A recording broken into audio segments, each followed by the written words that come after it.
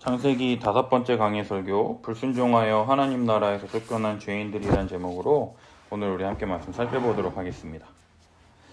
지난주 하나님은 아담을 창조하신 후에 사람이 혼자 사는 것이 좋지 않다고 말씀하시고 돕는 배필을 짓는 것을 살펴보았습니다. 그런데 곧바로 돕는 배필로서 여자를 만들지 않으시고 중간에 짐승과 새를 다스리는 내용이 삽입되어 있는 것을 볼 수 있었어요.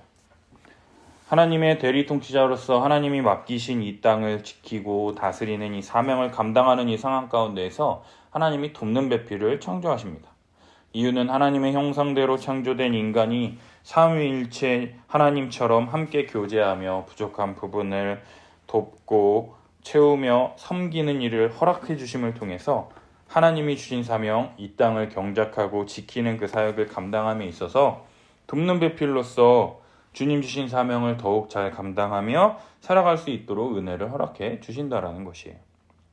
따라서 하나님은 돕는 배필인 여자를 만드시기 위해서 여호와 하나님이 아담을 깊이 잠들게 하시고 갈빗대 하나를 취하여 여자를 만드시는데, 성경에서 뼈는 강함을 상징하고 살은 부드러움을 상징한다라는 거예요.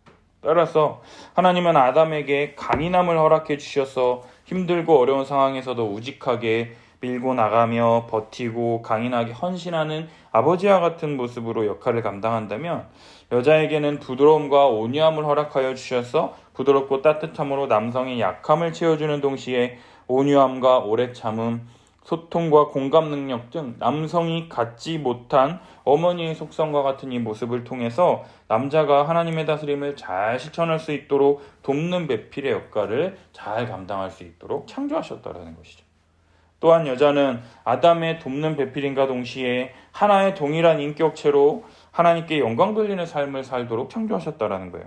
따라서 여자가 남자에게 종속된 관계로 왜 나를 돕는 배필로 창조되었는데 왜 나를 돕지 않는 거야 하면서 남자가 여자를 억압하거나 구속하는 관계가 아니라 서로 돕는 존재로서 서로 돕고 협력하는 이 연합의 관계를 통해서 하나님이 주시는 참된 안식을 누리기를 원하셨다라는 거예요. 따라서 남자와 여자의 본질적인 차이와 특성에도 불구하고 하나님께서 한 몸으로 창조하셨다라는 것을 믿고 서로 다름과 동시에 서로를 귀히 여기며 돕는 배필로서 서로 사랑하며 섬기는 그러한 은혜를 계속해서 허락해 주셨다라는 거죠. 따라서 부부는 부모를 떠나 둘이 합하여 한 몸을 이루며 서로의 연약함과 부족함이 있을지라도 부끄러워하지 아니하며 하나님이 주신 이 연합의 관계 안에서 서로의 부족함을 보완하며 더욱 사랑하며 섬기는 은혜를 베풀어 주셨다라는 거예요. 이러한 주님 주시는 은혜와 평강의 삶 가운데 인류를 위협하는 간교한 뱀이 오늘 말씀에 등장함으로써 이 인간을 유혹함으로 이 땅 가운데 죄가 들어오게 되는 것을 우리가 볼 수 있는데요. 오늘 본문 우리 함께 살펴보면 좋겠습니다. 1절 보면 뱀은 여호와 하나님이 지으신 들짐승 중에 가장 간교하니라라고 기록되어 있습니다. 하나님이 지으신 모든 것을 보시고 심히 좋았더라라고 말씀하신 것을 볼 때 하나님이 간교한 뱀을 지으셨다라기보다는 이 사탄이 뱀을 이용하여 사람을 넘어뜨리기 위해 계획을 세웠다라는 것을 알 수가 있어요. 뱀의 그 첫 마디는요, 간교함 그 자체인데요. 여자에게 질문하는 것이 무엇이냐? 하나님이 참으로 너희에게 동산 모든 나무의 열매를 먹지 말라 하시더냐? 이렇게 질문하는 것을 볼 수 있어요. 창세기 2장 16절에서요. 우리 영어 성경 제가 여기 참고 구절에 적어놨는데 한번 보시겠어요? You are free to eat from any tree in the garden 이렇게 적어놨어요. 그죠? 근데 그 말씀에 교묘하게 어떻게 하나님의 말씀을 왜곡하느냐? 창세기 3장 1절 보면요. You must not eat from any tree in the garden 이렇게 적혀 있어요. 똑같죠? 똑같은데 뭐 하나 차이가 있느냐? Eat from any tree in the garden은요. 2장 16절과 3장 1절이 똑같아요. 근데 그 차이점 하나가 뭐냐? 그 앞에 not이라고 하는 그 단어 하나를 추가해서요.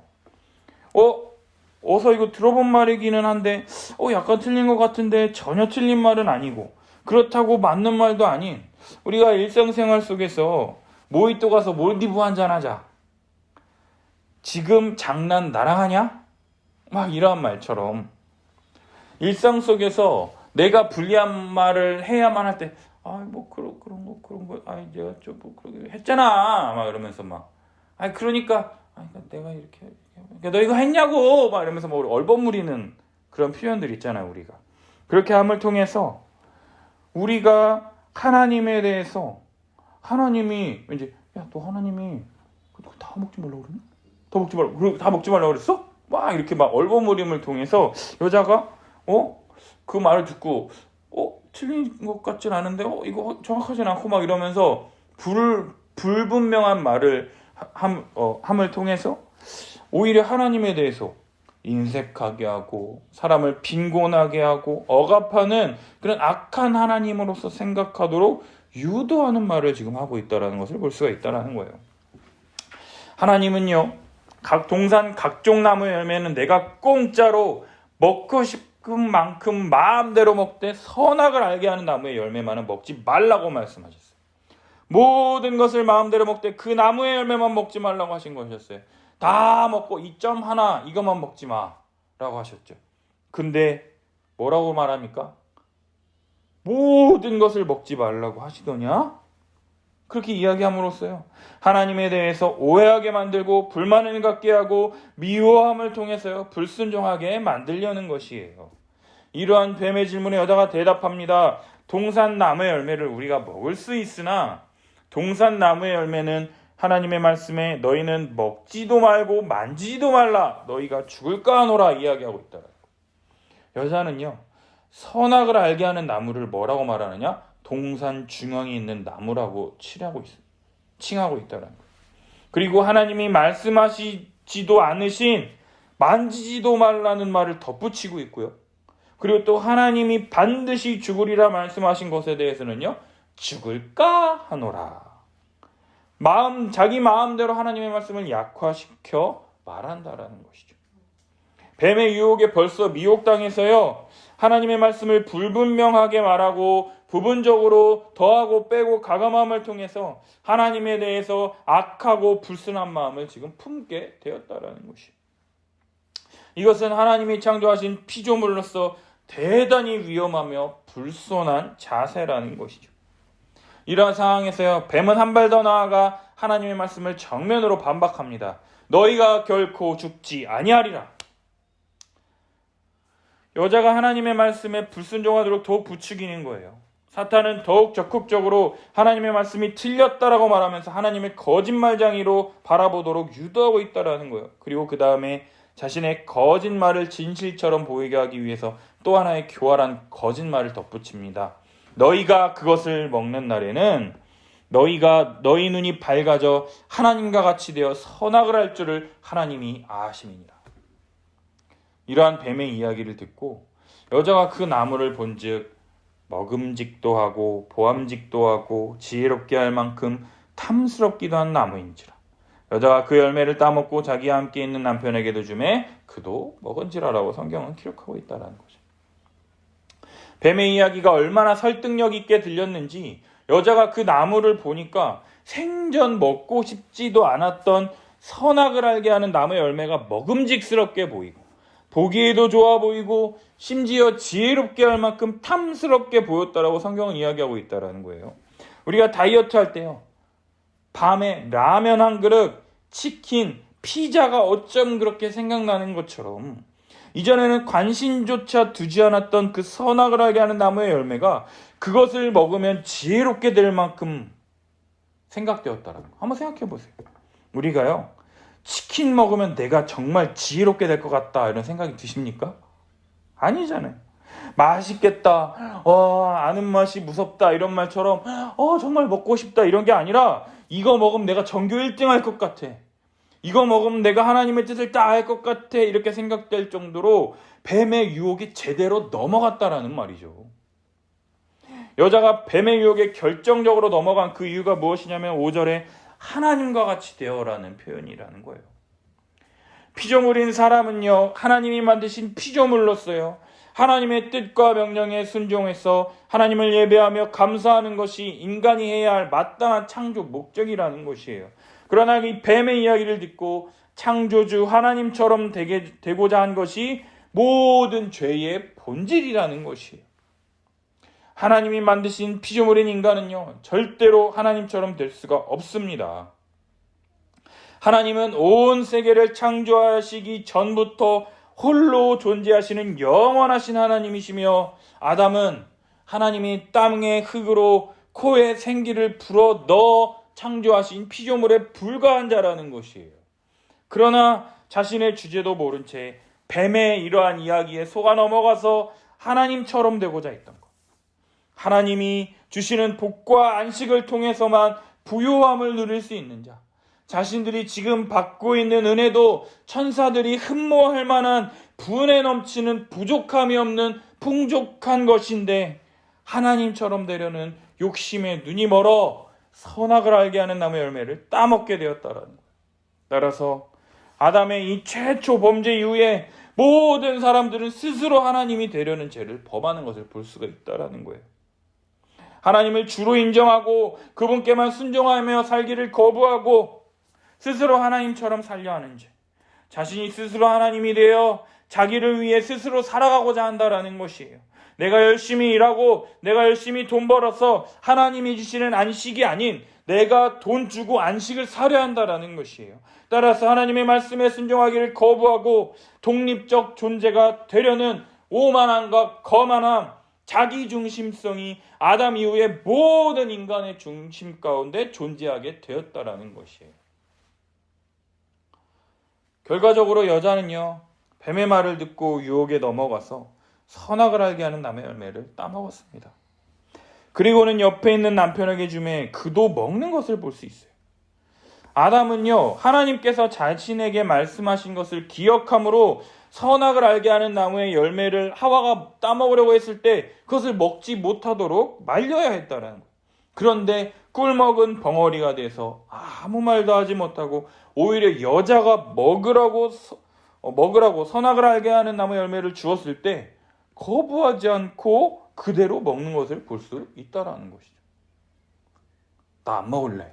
오히려 이렇게라도 했으면 쭈잔하긴 하지만 그래도 죄는 짓지 않았을 텐데, 여자가 먹고 줬을 때 한 말도 안 하고 자기도 그걸 먹었다라는 거예요. 아담이 여자와 똑같이 죄를 범함으로 그들에게 어떠한 일이 벌어졌느냐? 벌거벗었으나 부끄러워하지 않았던 자들이요, 이제는 그들의 눈이 밝아져 자기들이 벗은 줄을 알고 무화과나무 잎으로 치마를 삼는 것을 볼 수 있다라는 것이죠.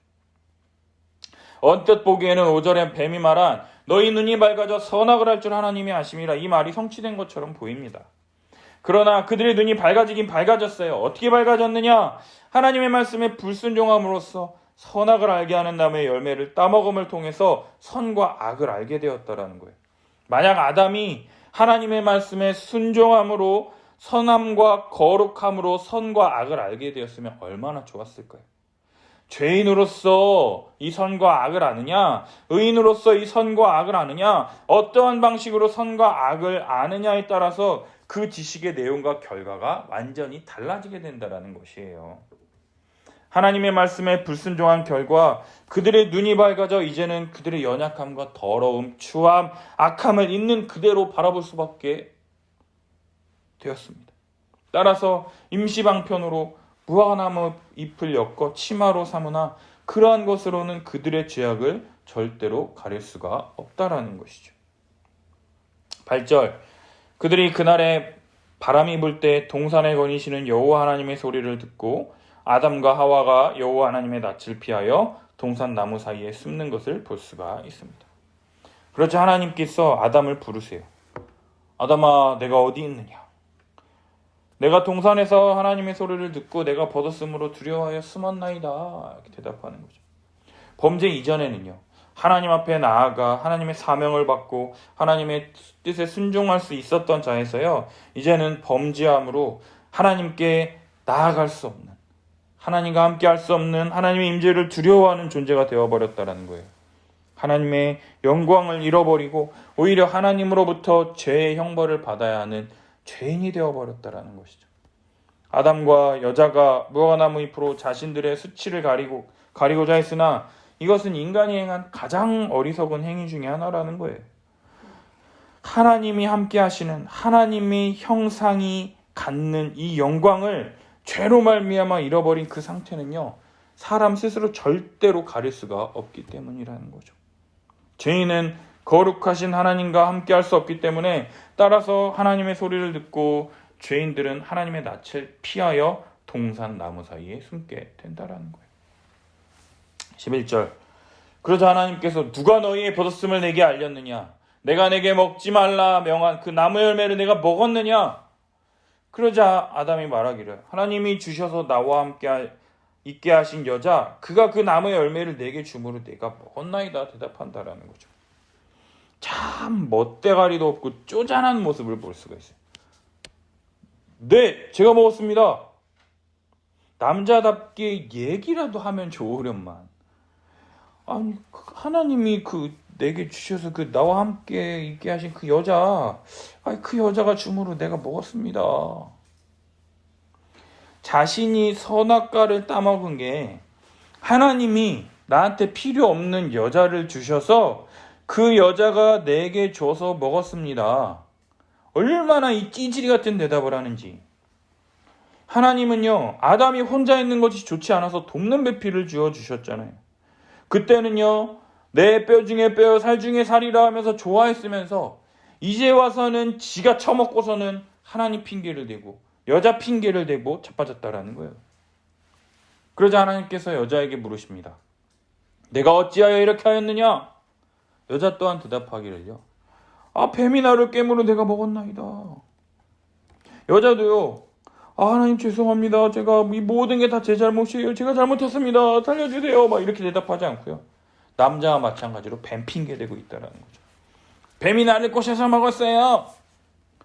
지들이 처먹어 놓고서는 왜 이렇게 남 핑계를 대는지. 다 지가 잘못해 놓고서는 다른 사람 핑계대는 것은요, 이때부터 시작됐어요. 이때부터. 하나님의 신문은요, 이제 끝났어요. 이제 하나님은요, 뱀, 여자, 그리고 마지막 남자에게 각각의 죄에 대한 형벌을 내리시는 것을 볼 수가 있다는 거죠. 제일 먼저 하나님은 뱀에게 저주를 내리십니다. 14절. 내가 이렇게 하였으니 내가 모든 가축과 들의 모든 짐승보다 더욱 저주를 받아 배로 다니고 살아있는 동안 흙을 먹을지니라.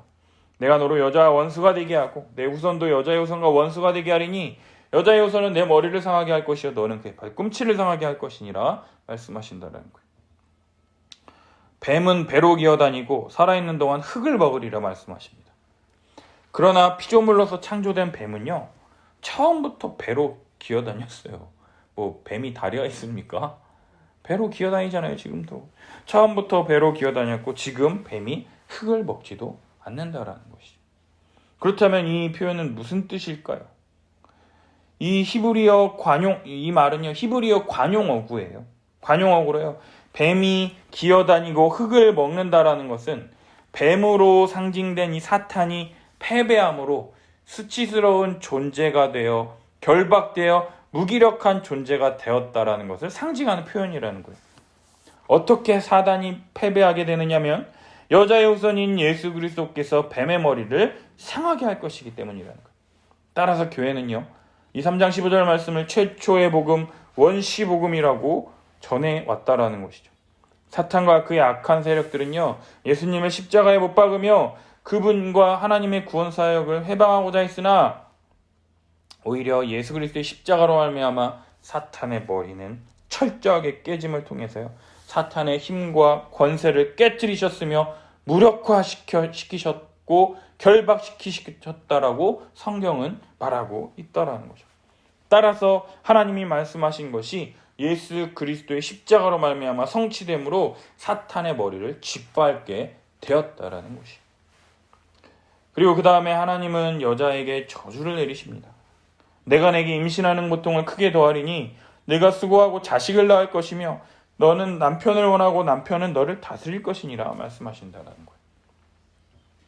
생육하고 번성하여 땅에 충만하라. 땅을 정복하라. 땅을 다스리라 말씀하시므로 이 땅을 가득 채우고 번성하라는 축복을 주셨던 하나님. 따라서 이 출산을 통해서요, 하나님의 이 창조를 대신 감당하는 이 여자는요, 기쁨과 즐거움으로 이러한 일들을 감당하고 있었다는 거예요. 하나님의 창조를 내가 출산을 통해서 대신하는 거였어요. 그러나 이제는요, 하나님의 저주로 인해서요, 그 출산이 고통스럽고 수고롭게 될 것이다라고 지금 말씀해주고 있다라는 거예요.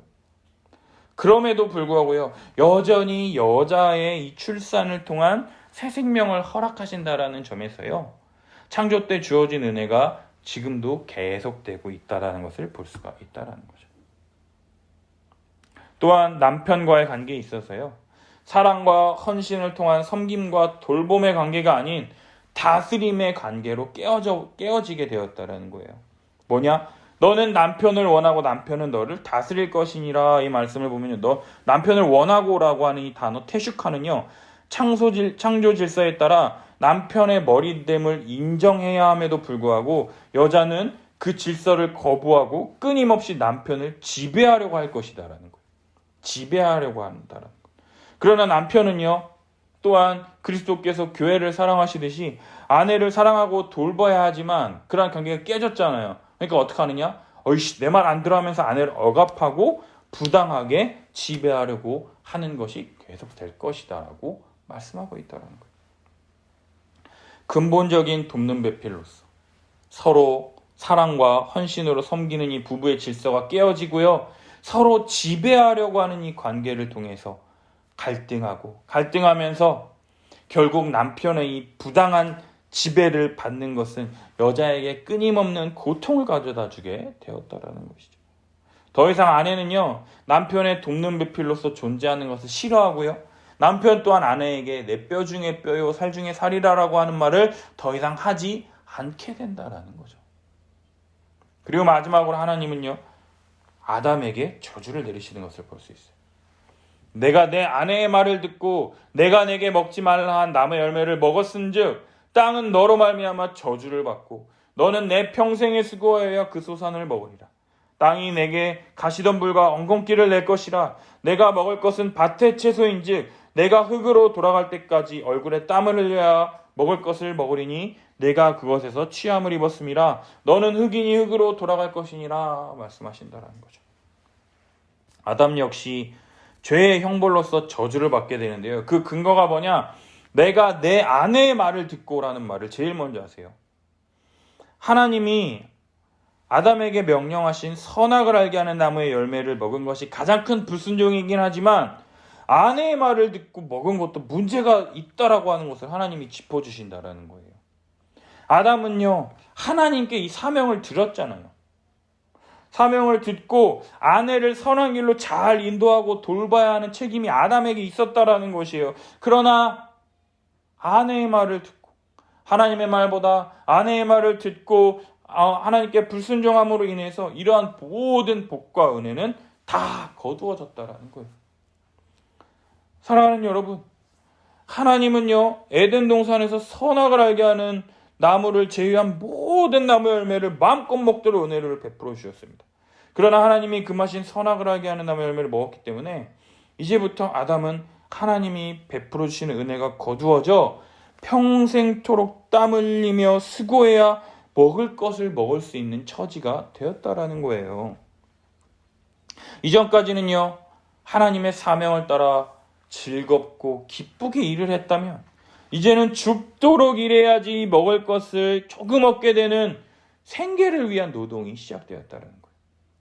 평생토록 죽어라 일해야 먹을 것을 조금 얻을 수 있는 인간에게 적대적인 환경과 그리고 늘 부족하고 모자란 상태가 계속된다라는 것이죠. 이렇게 된 것은요, 아담으로 인해 땅 또한 저주를 받았기 때문이라는 거예요. 사람은 이 피조세계를 다스리고 정복하여 경작하고 지키는 사명을 부여받았습니다. 하나님은 이 사람을 세우셔서 하나님의 대리통치자로서 모든 피조세계가 인간에게 속하여 그의 다스림을 받도록 허락하셨잖아요. 그런데 사람이 저주를 받았기 때문에 그 사람 안에 종속된 그 땅도 자연스럽게 저주를 받게 되었다라는 것이에요. 따라서 피조물 또한 이 저주로부터 해방되기를, 자유케 되기를 고대하고 있다고 성경은 기록하고 있다라는 거예요. 로마서 8장 19절에서 21절 함께 읽겠습니다. 피조물이 고대하는 바는 하나님의 아들들이 나타나는 것이니 피조물이 허무한데 굴복하는 것은 자기 뜻이 아니요 오직 굴복하게 하시는 이로 말미암음이라.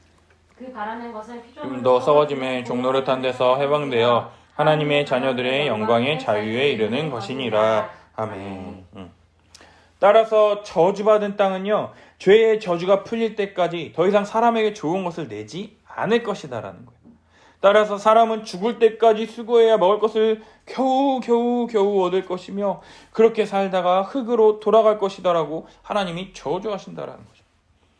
사람은 땅의 흙에서 취함을 입은 피조물에 불과한데 하나님처럼 되려고 했던 이 죄로 인해서 하나님의 복과 안식이 거두어짐을 통해서 다시금 흙으로 돌아가게 된다라는 것이에요. 하나님이 생기를 불어넣어주시지 않는다면 흙과 먼지에 불과하다라는 것을 다시금 깨닫게 되는 것이죠. 하나님을 떠난 자들은 결국 하나님이 주시는 이 생기를 잃어버려 자신의 이 비참함을 깨닫게 될 뿐이라는 거예요. 사랑하는 여러분, 아담과 하와가 하나님께 받은 형벌을 자세히 살펴보면요, 창세기 1장과 2장에서 하나님이 주신 복과 안식의 취소라는 것을 알 수가 있어요. 3장에서 하나님처럼 되려고 선악을 알게 하는 나무의 열매만 따먹지 않았어도 이러한 죄가 들어오지 않았을 텐데, 스스로 하나님처럼 되려는 이 욕심과 이 자기중심성 때문에 복의 근원이신 하나님께 순종하기를 거부한 이 죄인에게 필연적으로 나타나는 것이며, 이러한 복과 안식을 스스로 발로 쳐버리게 되었다라는 거예요. 하나님이 코에 생기를 불어넣으셔서 영생을 누리는 존재에서 이 영생을 잃어버리고 흙으로 돌아가는 이 처지가 되며, 먹을 것을 풍성하게 누리며 보람있게 일하며 사는 삶을 허락하셨었다면 이제는 죽도록 일해야 먹을 것을 조금 얻을 수 있는 처지, 생육하고 번성하는 이 복과 은혜를 주시며 돕는 배필의 은혜가 있었다면요, 이제는 생육하는 것 자체가 고통이며 쓰고 해야지 조금 먹을 수 있는, 그리고 돕는 배필도 아닌 서로 지배하려 싸우는 관계에 놓이게 되었다라는 거예요. 따라서 이제는 사는 것이 기쁨이기보다는요, 아무런 소망과 가능성도 없는 비참한 인생만이 우리에게 남게 되었다라는 거예요. 이러한 하나님의 저주 선언이 끝난 후 아무런 소망이 없는 상황에서 아담은 그의 아내 이름을 하와라 부르는 것을 볼 수가 있어요. 하나님의 준엄한 심판과 형벌이 선포되어지는 그 자리에서 구원의 소망을 베풀어 주신 하나님의 말씀을 기억하고 붙잡는다는 것이죠. 우리 3장 15절 함께 읽겠습니다. 내가 너로 여자와 원수가 되게 하고 내 후손도 여자의 후손과 원수가 되게 하리니 여자의 후손은 내 머리를 상하게 할 것이요 너는 그의 발꿈치를 상하게 할 것이니라 하시고. 아멘. 여자의 후손, 생육하고 번성하라는 이 하나님의 사명을 감당했던 이 여자의 후손을 통해서 다시금 구원하시겠다라고 하는 하나님의 구원의 소망을 붙잡은 것이라는 거예요. 여기서 끝이 아니라 여자의 후손을 통해서 뱀의 머리를 상하게 함으로 우리를 구원할 것이구나, 이 말씀을 붙잡는다라는 것이에요. 따라서 아담은요, 여자의 이름을 하와라 짓습니다. 하와의 이름의 뜻은 생명이라는 뜻이에요. 그리고 여호와 하나님께서 이 아담과 하와를 위하여 가죽옷을 지어 입히셨다라고 성경은 기록한다라는 거예요.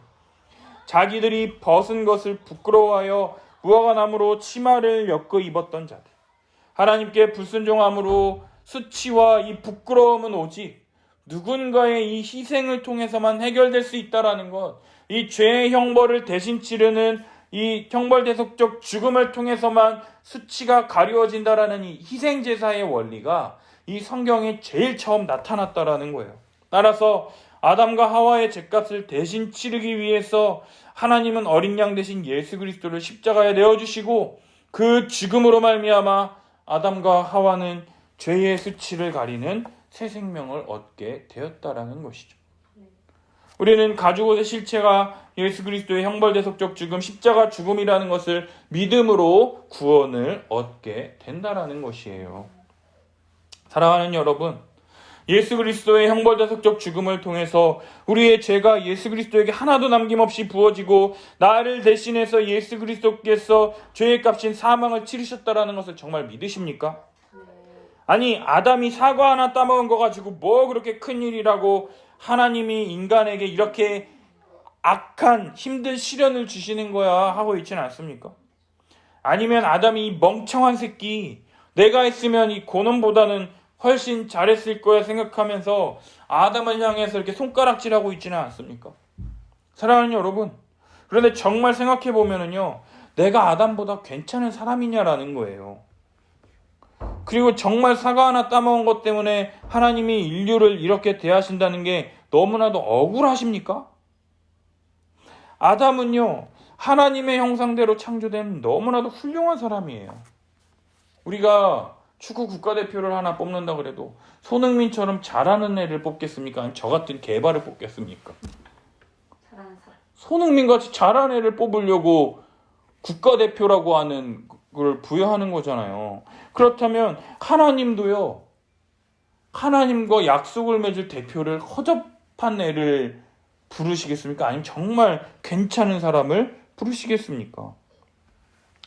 아담은요, 하나님이 인류를 대표해서 세우신 최고의 사람이라는 거예요. 뭐냐? 아담은 하나님과 대화하며 하나님의 말씀을 듣고 그것을 자기 마음과 몸에 새긴 사람이었다라는 것이에요. 그리고 아담은요, 원죄가 없는 사람이에요.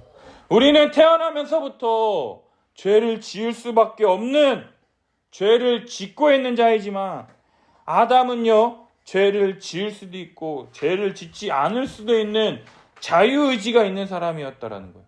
우리와는 출발점부터가 다 급이 다른 사람이라는 거죠. 그렇다면 이런 질문하는 사람이 있어요. 아니, 하나님이 그러면 왜 자유의지를 주셔서 왜 죄를 지을 가능성을 만들어 주시느냐? 오히려 자유의지 안 주셨으면 죄 안 지을 수 있지 않습니까? 이렇게 말하는 사람이 있어요. 여러분, 하나님은요, 우리를 로봇처럼 만드시지 않았다라는 거예요. 우리가 생각하고 하나님과의 관계를 통해서 우리에게 좋은 것이 무엇인지 스스로 판단하고 생각하고 결정할 수 있도록 자유를 주셨는데, 하나님이 주신 자유를 가지고 잘못 사용함으로써 잘못된 결과를 낳고서 왜 나에게 자유를 줘서 잘못을 저지르게 했냐고 말하는 것은 우리가 바로 적반하장이라고 말한다라는 거예요. 하나님이 인간에게 자유의지를 주신 이유는 이 자유의지를 통해서 하나님을 더욱 사랑하고 하나님이 맡기신 이 세상을 하나님의 뜻에 더욱 합당하게 경작하고 지키기를 원하셨다라는 것이에요.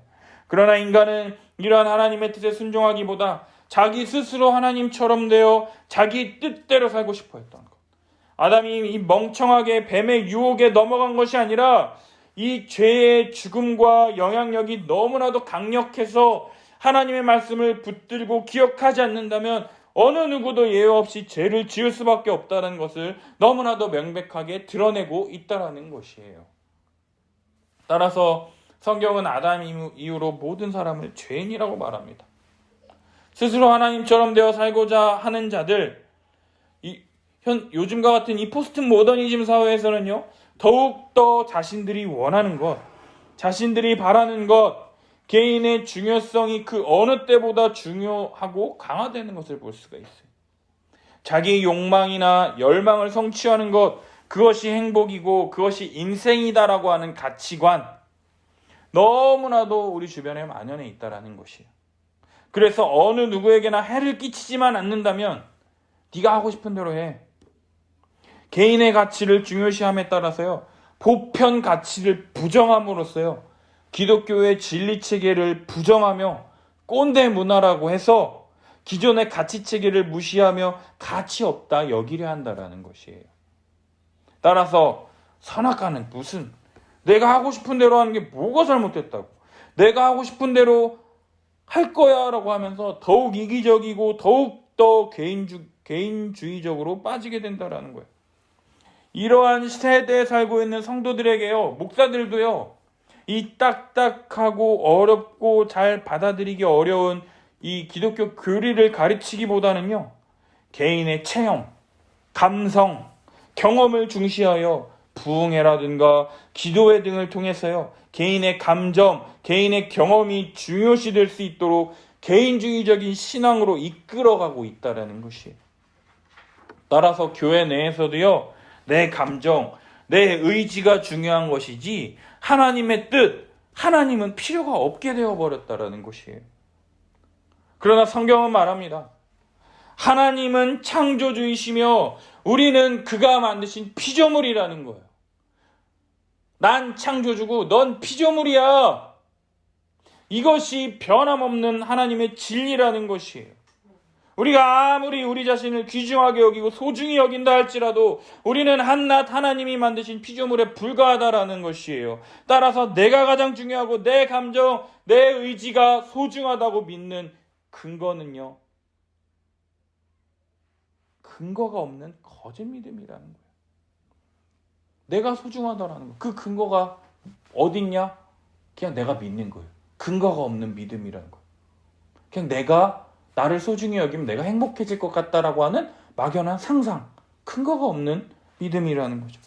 그러나 하나님의 형상대로 창조된 인간이 하나님의 뜻을 이루는 것, 예수 그리스도로 말미암아 거듭난 자로서 예수 그리스도 안에서 예수 그리스도와 연합하여 예수 그리스도의 모든 것을 풍성하게 누리며 그리스도로 말미암아 다시금 하나님 나라의 백성이 되었다라는 것을 믿음으로 기뻐하는 것이 우리들에게 성경이 말하는 근거 있는 진짜 믿음이라는 것이에요.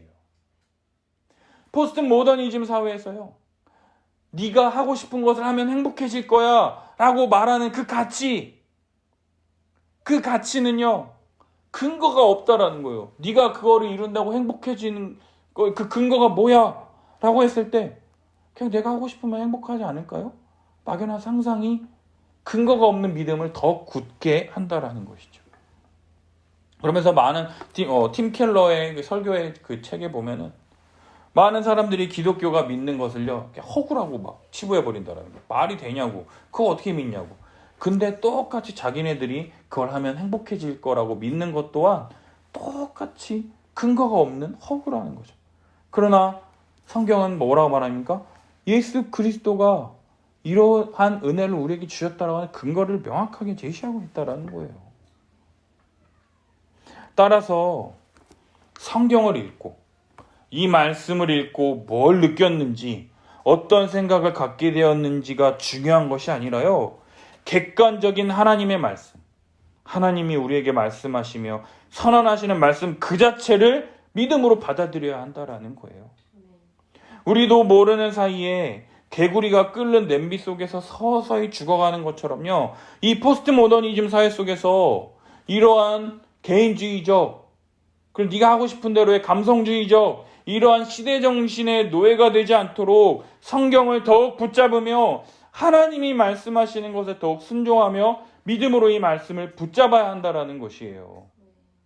교회 내에서요, 복음을 말하는 것 같지만 복음을 말하지 않는 목회자가 너무나 많습니다. 하나님이 우리를 도우실 것이며 우리가 바라고 원하는 바를 하나님께서 이루어주실 것입니다.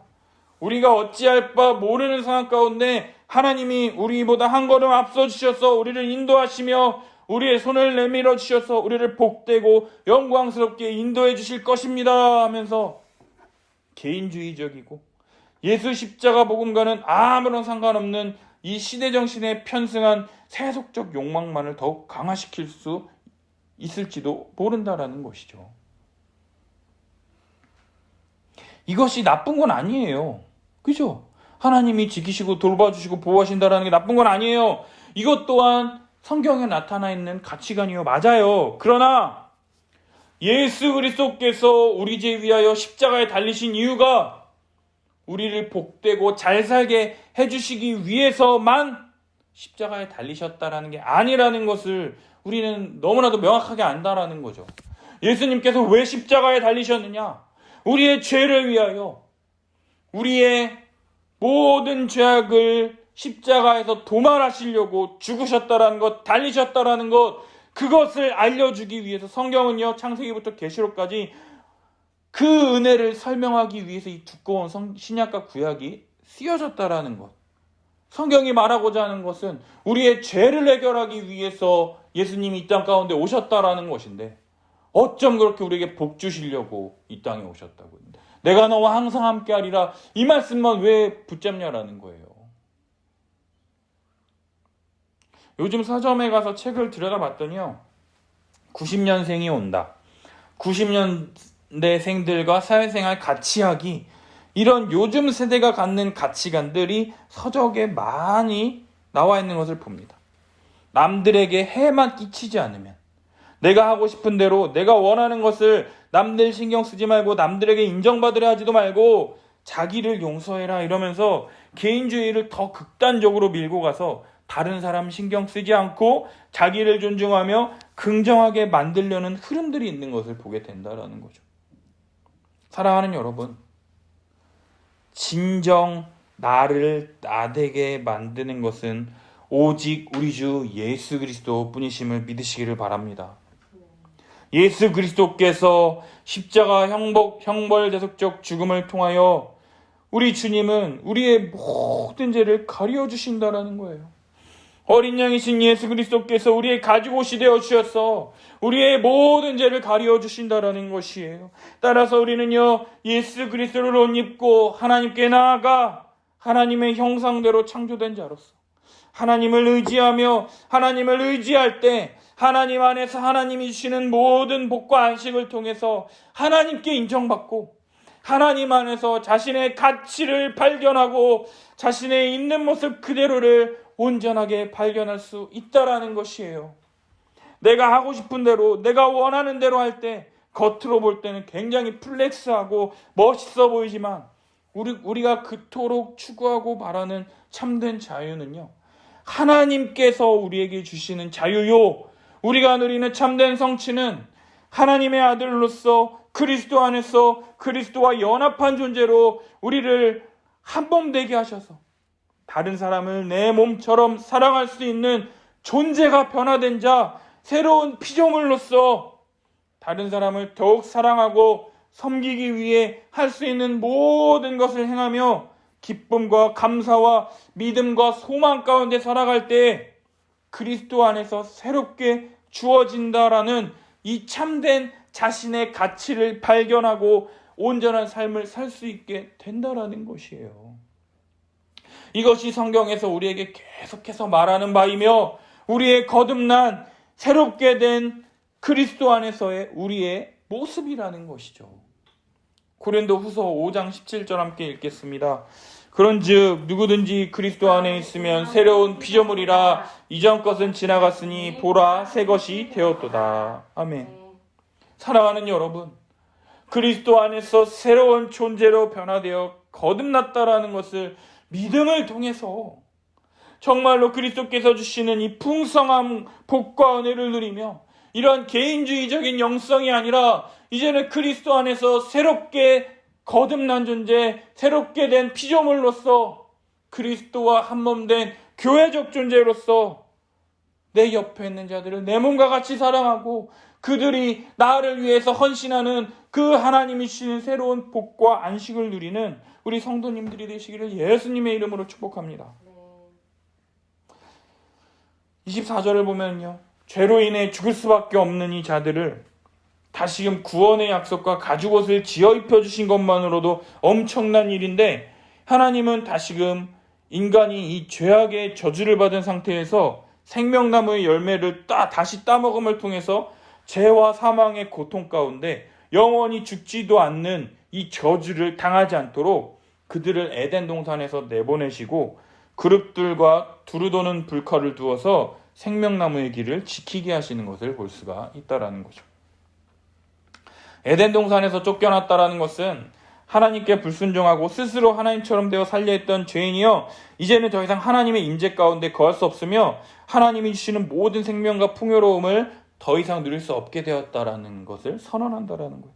따라서 에덴 동산에서 쫓겨났다라는 것은요, 하나님 나라에서 쫓겨났다, 천국에서 쫓겨났다, 구원을 얻을 수 없게 되었다라고 말하는 거예요. 하나님이 주신 복과 안식을 잃어버리고 하나님이 저주하신 대로 한평생 먹을 것을 얻기 위해 고통스러운 수고를 하며 땅을 갈아야만 하는 인생이 되어버렸다는 거예요. 하나님은 에덴 동산에 그룹들과 두루도는 불칼을 두어서 그들이 다시금 이 에덴 동산으로 들어오지 못하도록 지키신다라는 거죠. 이제 하나님 나라와 하나님의 임재 안에서 쫓겨난 자들이 다시금 어떻게 하나님께로 돌아갈 수 있냐라는 것입니다. 어떻게 들어갈 수 있냐? 오직 예수 그리스도를 붙잡는 방법밖에 우리에게 없다라는 것이. 요한복음 14장 6절 읽습니다. 예수께서 이르시되 내가 곧 길이요 진리요 생명이니 나로 말미암지 않고는 아버지께로 올 자가 없느니라. 아멘. 여러분, 길이요 진리요 생명 되시니 예수 그리스도. 예수 그리스도가 아니고서는 그 어느 누구도 아버지께로 나아갈 자가 없습니다. 내가 전도 1000명 하면 들어갈 수 있죠. 내가 기도를 40일 금식 기도를 한 100번 하면 들어갈 수 있죠. 내가 헌금을 매덕을 하고 내가 교회를 몇 개 교회를 몇천 개를 개척했다 할지라도 그러한 우리의 행위로는 절대로 하나님 나라에 들어갈 수가 없다라는 거예요. 오직 길이요 진리요 생명 되신 예수 그리스도를 붙잡는 믿음, 예수 그리스도를 붙듭는 믿음으로만 아버지께 나아갈 수가 있다라는 것입니다. 이번 한 주 우리 죄 위하여 십자가에 달리신 예수 그리스도를 생각하며 우리를 다시금 하나님 나라 백성 되게 하기 위하여 은혜를 베푸신 우리 주님의 십자가를 생각하며 믿음으로 우리를 다시금 하나님 나라 백성으로 삼으시는 주님의 은혜 가운데 거하는 우리 사랑하는 우리 함께하는 교회 성도님들이 되시기를 예수님의 이름으로 축복합니다. 우리 함께 같이 기도했으면 좋겠어요. 우리 인간은 절대로 하나님처럼 될 수가 없습니다. 뱀이 어떠한 유혹을 하더라도 하나님은 온 세상을 만드신 창조주 하나님이시며 우리는 그가 만드신 피조물이라는 거예요. 하나님이 생기를 불어넣어 주시지 않으면 흙으로 돌아갈 수밖에 없는 피조물에 불과하다라는 거예요. 그러나 시대정신은요, 누구에게 피해만 끼치지 않으면 네가 하고 싶은 대로 해, 네 마음대로 해라고 하면서 우리를 자꾸 위협한다라는 거예요. 그러나 우리는 우리 마음의 소리가 아닌 근거가 없는 믿음이 아니라 하나님의 말씀, 하나님의 뜻에 순종하는 근거 있는 믿음을 지닌 자들이 되어야 할 것이다라는 거예요. 하나님이 주신 이 자유의지를 통해서 예수 그리스도로 말미암아 우리를 가장 복되게 하신 은혜를 알고 믿음으로 감사하며 순종하는 우리 삶이 될 수 있도록 기도합시다. 성경은 우리가 받아야 될 죄의 형벌을 그리스도께서 하나도 남김없이 십자가에서 다 받으셨다라고 기록하고 있어요. 우리의 죄와 허물로 인하여 죽으신 어린 양 예수 그리스도, 그분을 믿음으로 나아갈 때 우리는 가죽옷 대신 그리스도를 옷 입고 하나님 앞에 믿음으로 나아갈 수 있습니다. 우리의 어떠한 노력으로 어떠한 행위로 아버지께 나아갈 수 없으며 오직 예수 그리스도를 믿는 믿음으로 그리스도를 옷 입어 믿음으로 아버지께 나아갈 수 있다라는 것이죠. 사랑하는 여러분, 온전히 예수 그리스도의 십자가의 은혜만을 붙잡읍시다. 따라서 다시금 하나님 나라의 백성 삼아주시는 그 은혜를 누리시기를 바랍니다. 오직 예수 그리스도의 십자가 복음, 그 복음으로 인하여 우리를 다시금 하나님 나라 백성 삼아주셔서 아담에게 주셨던 에덴 동산의 복과 안식보다 더 완전하며 더 큰 안식을 우리에게 계속해서 베풀어 주시는 이 하나님의 은혜를 알고 믿는, 그것을 붙잡는 우리 함께하는 교회 성도들이 될 수 있도록 우리 함께 주여 외치고 기도하도록 하겠습니다. 주여.